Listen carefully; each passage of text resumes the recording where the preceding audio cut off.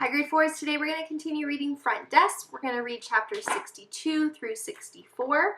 As usual, I'm reading this with permission from both Kelly Yang and Scholastic, so thank you to them for allowing us to read this. I have been loving reading your reading responses, so continue to post those on Seesaw. Let's get started. Chapter 62. My parents thought it was a joke. You want your aunt to buy the Calavista? They burst out laughing. Why not? I asked. I showed them Shen's letter, the part about how everyone in the city was starting to buy up property. They're not going to buy a motel, my dad said. Fine. They don't have to buy it, but they could lend us the money, right? We can buy it, and we could run it with Lupe and her family, I said. Well, they don't have that kind of money, my dad said. If they did, they wouldn't be in China. Well, it doesn't hurt to ask, I said. No way! My mom screwed up her face. I'm not going to ask my sister for money.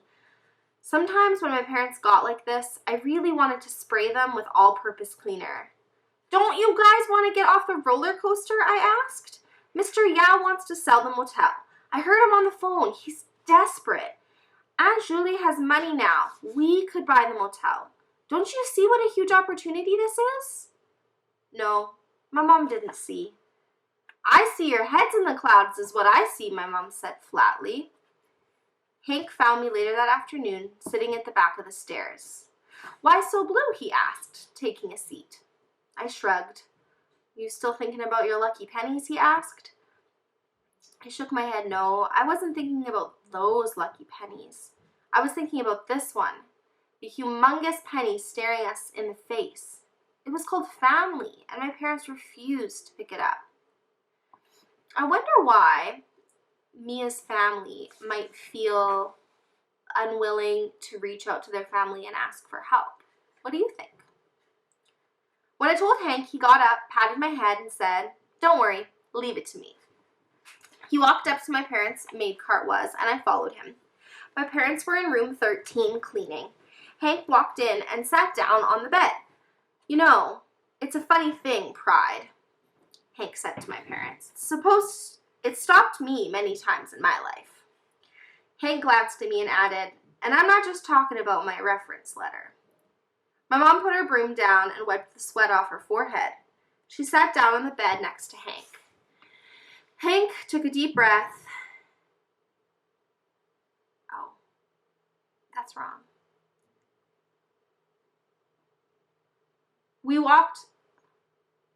He walked up to where my parents' maid cart was, and I followed him. My parents were in room 13, cleaning. Hank walked in and sat down on the bed. You know, it's a funny thing, pride, Hank said to my parents. It stopped me many times in my life. Hank glanced at me and added, and I'm not just talking about my reference letter. My mom put her broom down and wiped the sweat off her forehead. She sat down on the bed next to Hank.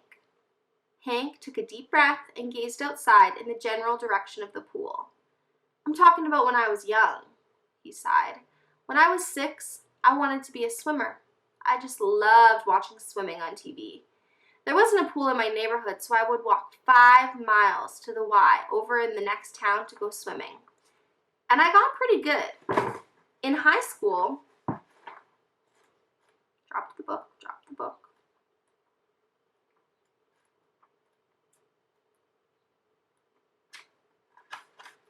In high school, I tried out for the swim team. And you know what? I made it too. I made it onto that team. I smiled. Yeah, so then what happened? I asked. Hank grimaced. He told us about the other kids on the team and how they kept making fun of him. They kept saying stuff like, the basketball court's that way, and why are you putting on sunscreen? You don't need sunscreen. Stuff like that. He shook his head. I reached over and put my hand over his. I thought I would show them in the water, you know, show them how fast I was. That'd shut them up. But the day of the big meet came, and guess what? What? I asked. I was dead last. I wasn't even close. So you know what I did? What? I quit. I just walked on out and never came back, he said. Good for you, my mom said. You're better off without him. See, that's what I used to think. But now you know what I think? I think if it were Mia, she wouldn't have quit. She wouldn't have let those punks take away her dream. She would have worked hard and gotten better. So what if you lose the first race? You get back in there and keep swimming. And you know something? She would have been right. I thought back to all the times Hank walked by the pool, how he always stopped and stared at it, his mind a million miles away. Hank turned back to my parents. The point I'm trying to make is you can't let a useless thing like pride get in the way of your dreams, Hank said. That's what I realized this year. Hank pointed at me. Now, you've got a very special little girl here.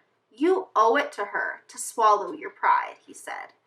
I've been around long enough to know there aren't many chances in life for our lot to change our luck. And this is it. You're staring at it.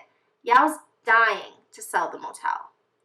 But it's not that simple. I've been lying to my sisters about how great our life is here, my mom confessed.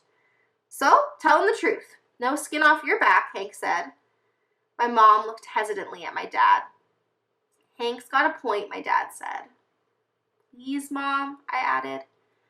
My mother peered into my eyes. Hesitation melted into resolve. Slowly, she stretched out her hand. Give me the phone, my mom said. We all crowded around my mother as she picked up the phone in the room and dialed international for my aunt, a number she knew by heart, yet never used. My father looked at his watch. What time is it over there, he wondered. Probably 9:10 in the morning? We waited and waited while it rang, and finally on the fifth ring, my aunt picked up. Julie, my mom said in her rapid-fire Chinese, it's Ying. My mother's face lit up when she heard her sister's voice. I guess all the lies in the world couldn't pull two sisters apart. We're doing great, my mom said. Everything's fine, just terrific. Uh-oh, I could hear her Macy's voice coming on. Listen, the reason I called is I have an opportunity for you, my mom said. She glanced hesitantly at my dad, who nodded. Go on. How would you like to invest in some American property? A pause. Yeah, I said American property, my mother repeated. Not just any property, a motel. See, the owner of our motel, Mr. Yao, is selling his motel, and I just thought I could hear my aunt's animated voice on the other line, but I couldn't make out what she was saying. No, you wouldn't have to run it. We could run it for you. It's a real cash cow, this motel, my mom said. A wonderful opportunity. My mom's face fell. I see. I could tell from the look on my mom's face my aunt wasn't going for it. My mom held her hand over the receiver and whispered to us, she says they're saving up to buy an apartment in Beijing for Shen. An apartment for Shen? Shen's only 10. No, of course I understand, but listen, you don't have to put in a lot. You could ask Qian, Lan, Biming. You could ask the whole neighborhood. Everyone could each put in a little. Those were all my mom's other siblings. My mom frowned. Oh, they want to buy an apartment in Beijing too, huh? She said. My mom shifted her weight from one foot to the other. I could tell she was ready to give up, and I poked her. No. My mom looked over at us. Tell her, my dad mouthed. Okay, listen, she sighed into the phone. The truth is, we're really struggling here. Slowly, my mom put aside her Macy's voice and told my aunt the truth. So I'm asking, my mom said at last, her voice shaking. Will you help us, sis? There was a long pause at the other end of the line, during which my mom, Hank, and I all held our breaths. As my aunt delivered her verdict, my mom sank onto the bed.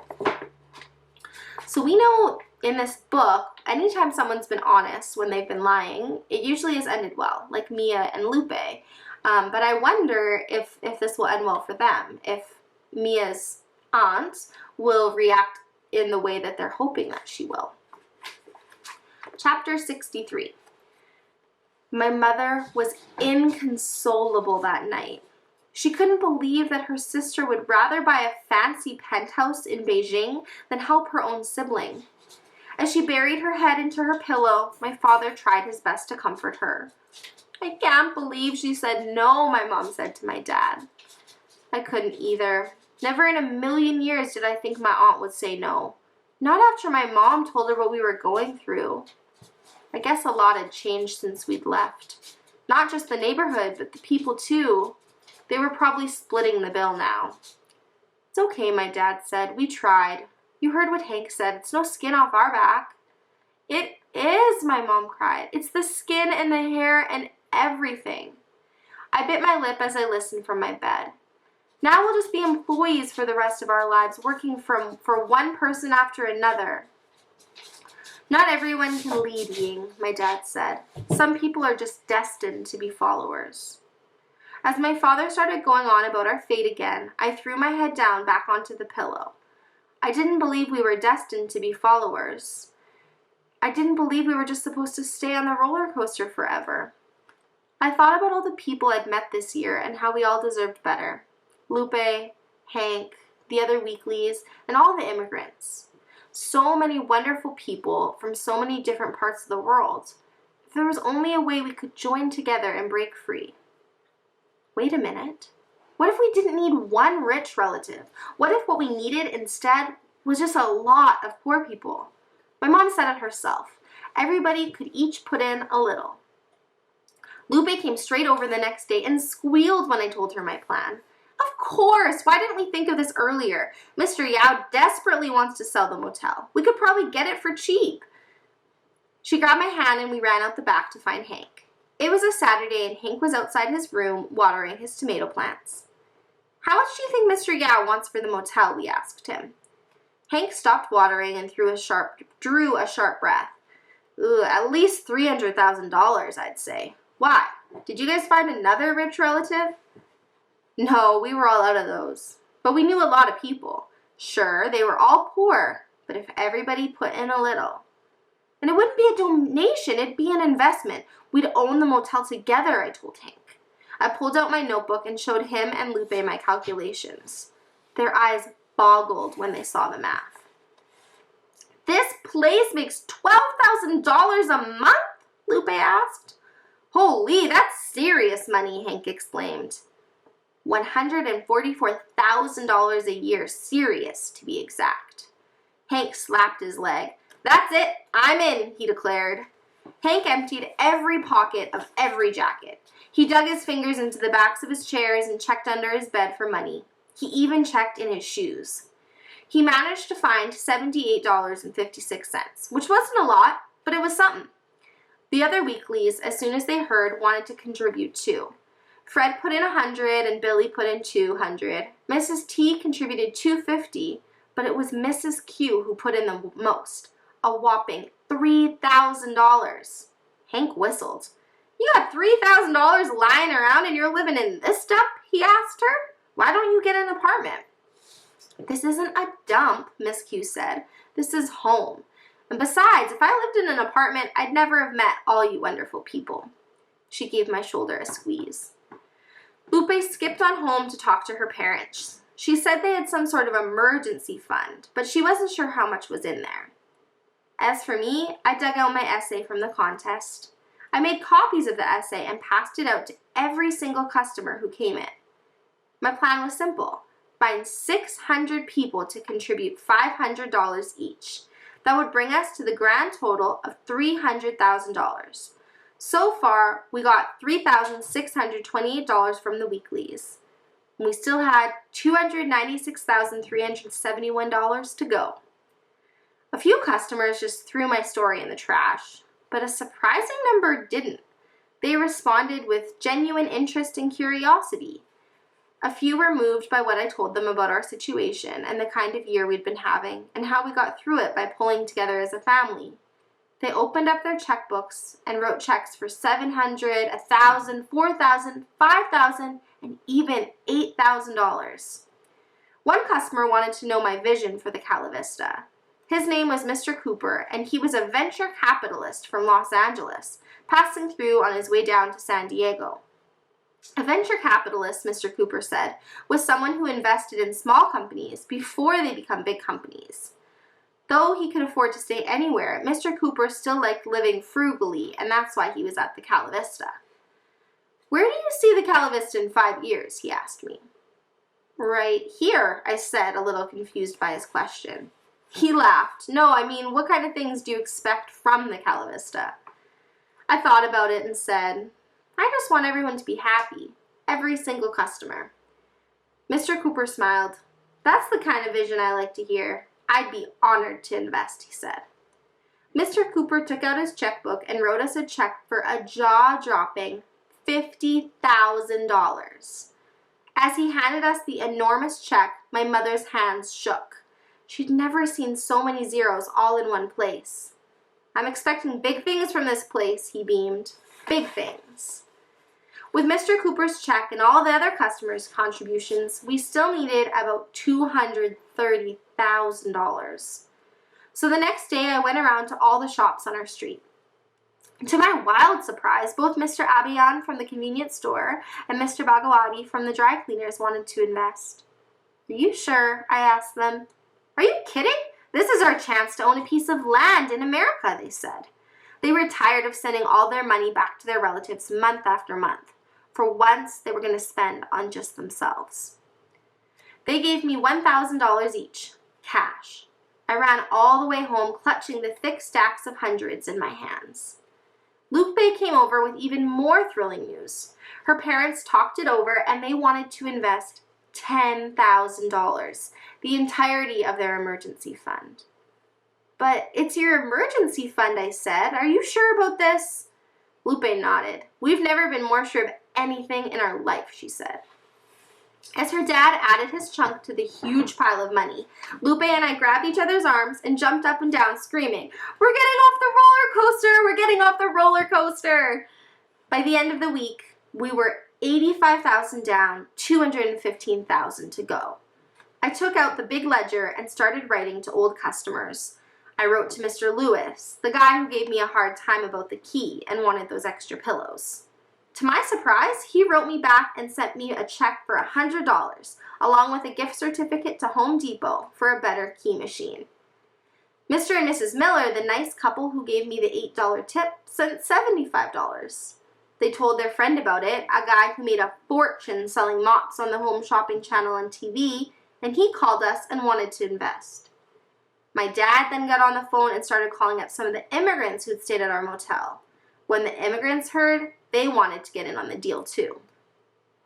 Each of them invested $100, $125, $150, and $200. Even Uncle Jean, who had just gotten a new job parking cars at the parking garage, put in $88, which pleased my parents very much because of the number 8. Word got out that there was a killer investment opportunity, and soon immigrants all up and down the state were coming over to invest. "If we can't have the American dream ourselves, maybe we can have it together," the immigrants exclaimed. My parents were in awe.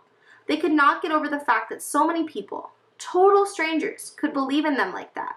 They could look at them and decide, "Hey, I don't know you, but I believe in you. I believe in your dream." And put crisp green bills into their tired, blistered hands. One stranger after another, flesh and bones that looked into their eyes and said yes, when time and time again they looked at themselves and said no. 2 weeks later, an even more amazing thing happened. Hank walked into the front office with a stack of bills. He slid the cash across the front desk, a thick stack of 20s. "You found more money?" I asked. "No, you found more money," he said. I furrowed my eyebrows at him. I didn't understand. "I got your money back from the essay people," he announced. "You what?" I couldn't believe my ears. "How?" "Well, I took a page from your book. I wrote them a letter." I reached over and touched the fresh green bills. My lucky penny money. I never thought I would see it again. When I explained to them how young you are and how hard you worked for that money, they returned it just like that. Hank snapped his fingers. "Oh, Hank, thank you," I said. He waved away my hands like it was nothing, he waved away my thanks like it was nothing, even though what he did meant the world to me. "So, what are you going to do with it?" Hank asked. "I'll tell you what I'm going to do with it. I'm buying a motel with it." "That's my girl," Hank beamed. I wrote the Vermont people to say thank you for returning the money. And that's when I had an idea. "Dear Vermont Motel Essay organizers, thank you so much for returning my entry money. Can you do me a huge favor? Can you please kindly help me send the following letter out to all the other people who entered the contest but didn't win? It would mean a lot to me. Thank you, Mia Tang, letter attached. Dear Sir, Madame, my name is Mia Tang. I am 10 years old, and like you, I also entered the Vermont Motel Giveaway Essay Contest. For the past year, I've been helping my parents manage a motel in Anaheim, California. We've made it our home, from the towels we carefully fold in each and every day to the customers that we call family. But you see, the motel is not ours. It belongs to a man named Mr. Yao, who is unkind and unjust and stubborn as a rock. My parents think that working for Mr. Yao is the only way, but I don't think so. At night, I dreamed of a better way. I dreamed of owning a motel one day that was ours. So I entered the Vermont Motel Giveaway Essay Contest. Sadly, though, I did not win. I always knew losing was a possibility. What are the chances of actually winning a motel? But still, it hurt, watching my hopes and dreams disappear. You probably know the feeling. Well, maybe all our hopes and dreams don't have to disappear. I'm writing to you because something has happened here at the Cala Vista Motel. Mr. Yao is selling it. He's selling it for cheap because he's desperate. And we're all chipping in to see if we can buy it from him, and we're looking for investors. If you would like to invest, please let me know. It wouldn't be a donation. You would be one of the owners, and in the future, whenever a customer comes to stay at the Cala Vista, part of that money would go to you. You might be asking yourself, why should I invest in a motel from a 10-year-old? For 3 reasons. 1, I know what I'm doing. I know every corner of this motel like the back of my hand because I've lived here and worked here for almost a year. 2, I love what I'm doing. I'm very proud of my work. Every day I check people in at the front desk. The customers like me, see enclosed feedback cards, because I always go the extra mile for them. 3, I won't let you down. I will work hard every day for my dream and for yours. So what do you say? If we can't win a motel together, let's buy one. No investment is too small. Even if all of you have some extra pennies and nickels lying around, we'll take them. You'd be amazed what some of them are worth. I look forward to hearing from you. Yours truly, Mia Tang, Manager. A few weeks later, the checks started rolling in. The Vermont essay people sent my letter out, and to my absolute amazement, people from all over the country sent in checks for $50, $100, $2,000, and even $10,000. By the end of that incredible month, and with everyone else's investments, we had reached $300,000. We cashed the checks at the bank and kept all the cash in a giant trash bag, which my parents held in their arms at all times and slept with at night in case any robbers came. Okay, chapter 64. This is a short one, and this is all we're going to read for today. The nerves tingled in my toes as Mr. Yao's Lincoln Navigator pulled into the motel. We told him on the phone we had something very important to discuss with him. So, what's this all about? He asked, plopping himself down on the couch. Nervously, my mom looked at my dad. I glanced toward my room where the trash bag of cash was, and out the small kitchen window where Hank's, Billy Bob's, and Mrs. Q's heads were squeezed together trying to peer in. They all knew that this was a big moment. We would like to discuss buying the motel, my mom said. Mr. Yao sat up. Why? Did an interested buyer come by? He asked. My dad cleared his voice. Yes, he said. Well, who is it? Mr. Yao asked. It's us, my dad added. You? Mr. Yao said. He started laughing. How much did you come up with? $500? He chuckled. Actually, we came up with $300,000, my dad said. Mr. Yao stopped laughing. A war was happening in Mr. Yao's face as denial morphed into rage. How did you get $300,000? Mr. Yao finally asked. That's not important, my dad said. What's important is, do we have a deal or not? Again, Mr. Yao burst out laughing. Do we have a deal or not? Who do you think you are? I jumped in. He's a guy who's about to buy your motel. That's who he is, I told him. Oh, no, he's not, Mr. Yao snapped. There's another buyer interested, and he's offering more. How much more? Mr. Yao shrugged. How much? My dad repeated. What's the difference? You can't afford it. How much? $50,000. We called up every single investor, but unfortunately, nobody had any extra money. They'd already given us every dollar that they had. Even Mr. Cooper said his hands were tied. He added that if the deal didn't go through by the end of the month, he would need his money back so he could put it in another investment. I dropped my head into my hands. Everything was slipping away, all my hard work. It felt like losing the essay contest all over again, except it hurt so much more because this time I was letting everyone down. I hugged the humongous trash bag of money and I cried. I cried for all the motel essay contest applicants who once again failed to get a motel. I cried for young Hank getting pushed around by all those mean kids, and old Hank, 40 years later, still getting treated unfairly. I cried for Lupe's dad boiling away on the roof every single day under the blistering sun, and for Mr. Abian, the convenience store guy from the Philippines, Mr. Bagwadi, the laundry guy with his raisiny fingers and hunched back, washing bundle after bundle of clothes. I cried for Uncle Zhang, poor Uncle Zhang, who had no money but still insisted on contributing because it was so important to him to help us in our hour of need. And for all the other uncles and aunts who sent us money, hoping for a slice, however tiny, of the American dream. And now it was all going to fall apart. Over $50,000. $50,000 we couldn't come up with, even if you opened us up and sold us for parts. Slowly I stood. I dried my tears, picked up the bag of money, and walked into the living room. "Hey, where are you going with that?" my parents asked me. "I'm going to call the investors, start returning all this money," I told my parents. They shook their heads. "We have an idea." That's the end of chapter 64. Tomorrow, Friday, will be our last 3 chapters of this book. I am so sad, and I'm going to miss Mia, but I'm so excited as well that after we finish this in the fall, there will be a sequel to Front Desk called 3 Keys, and I am so excited to read it and see what happens with Mia and her family after the end of this book. Have a lovely day, grade 4s, and I'll see you later. Bye.